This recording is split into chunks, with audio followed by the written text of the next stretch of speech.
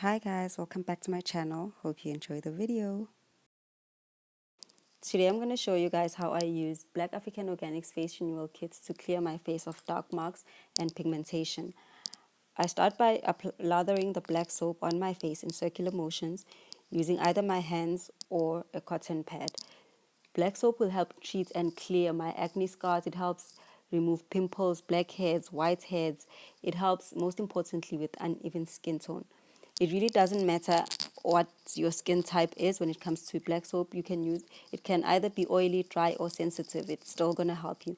The most important thing though is to remember that if you've got dry skin, you should use the black soap sparingly, as opposed to a person with oily skin who doesn't mind using it all the time, because you of course need to extract all the oils from your face. And then I wash off my face with cold water. That's another important thing with when it comes to black soap.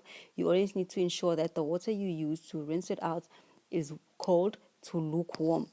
This is to ensure that the black soap doesn't sting on your face, because like I said before, it's quite a mild exfoliator, which means it leaves your skin vulnerable.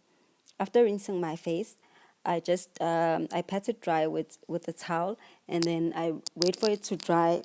I just give it about a few seconds, maybe 2 to 3 seconds, before I apply my witch hazel toner, which will also help to eliminate spots, and it's very anti-aging. It helps improve my complexion and it balances my skin pH. So I just apply that using a cotton bud again, or you can use your hands. It depends on how you want to do it. Let that dry again before applying your face cream. The face cream from Black African that is part of the face renewal kit is the Marula face cream. It's quite good for removing dark marks, pigmentation also.